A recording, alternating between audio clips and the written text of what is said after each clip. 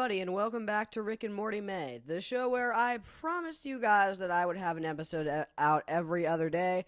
Turned out, sorry, I was not necessarily able to keep that promise. So the thing is, I was sick for a while, and while I was sick, I sort of basically ran out of pre-recorded episodes.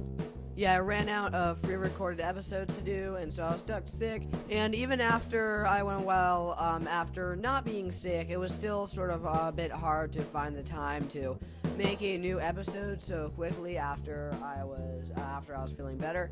However, I'm back now, and I promise you that hopefully, I'm pretty sure I will be able to get to you guys around 15 episodes by the end of May. So don't you guys worry.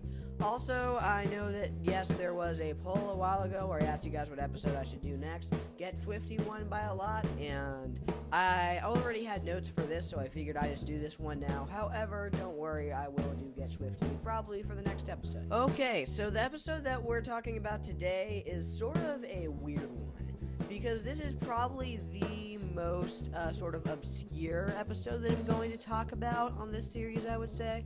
This is sort of like a Rick and Morty deep cut, sort of a weird middle-of-the-pack episode that it isn't nearly as famous as a lot of the other episodes I'm covering. So, this episode is Rickternal, Friendshine of the Spotless... I can't do it with these titles, man.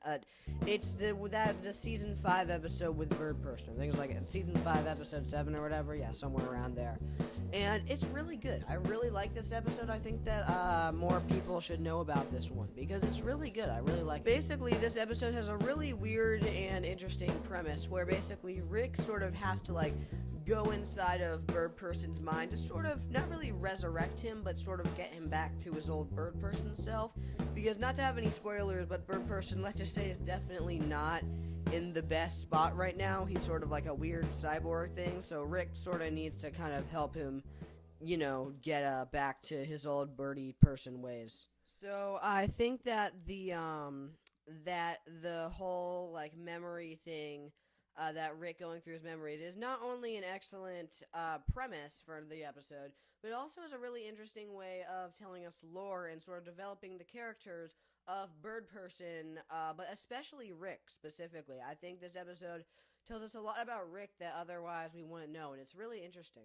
So basically, Rick travels through a lot of Bird Person's memories. He sort of teams up with a younger version of himself. It's really interesting. We get to see some of what Bird Person was doing in some of those earlier seasons of the show, hanging out with Tammy on a bunch of alien planets or whatever. And we sort of get to see what Rick and Bird Person were doing in their 20s or 30s or whatever, fighting the big galactic war or whatever, yada yada.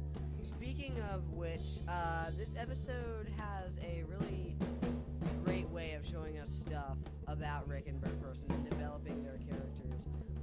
For example, there's a scene where basically throughout the episode, Rick is sort of teaming up with a younger version of himself, but not actually, but it's from Bird Person's memories. And there's a scene where the two of them are walking by Bird Person's memories of something called the Battle of Blood Ridge, which is basically a time that Rick and Bird Person were fighting the whole Galactic Federation and stuff, and had a big battle there. And Rick keeps being we should leave and stuff. This isn't good. I don't want to relive this. And the younger memory Rick is like, well, what do you mean? This looks great. I mean, we win, right? And so it turns out that it wasn't the battle that went wrong, because afterwards, him and Bird Person are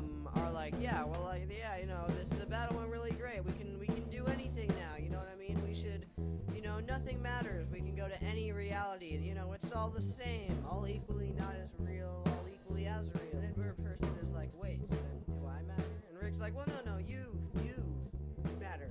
But sort of realizes that it's all hypocritical, because again, one thing that I've said probably one too many times on this show, and I will continue to say, is that even though that Rick is the smartest man in the universe or whatever, he still does not know shit when it comes to being there for his family, being there for his friends, how he does that.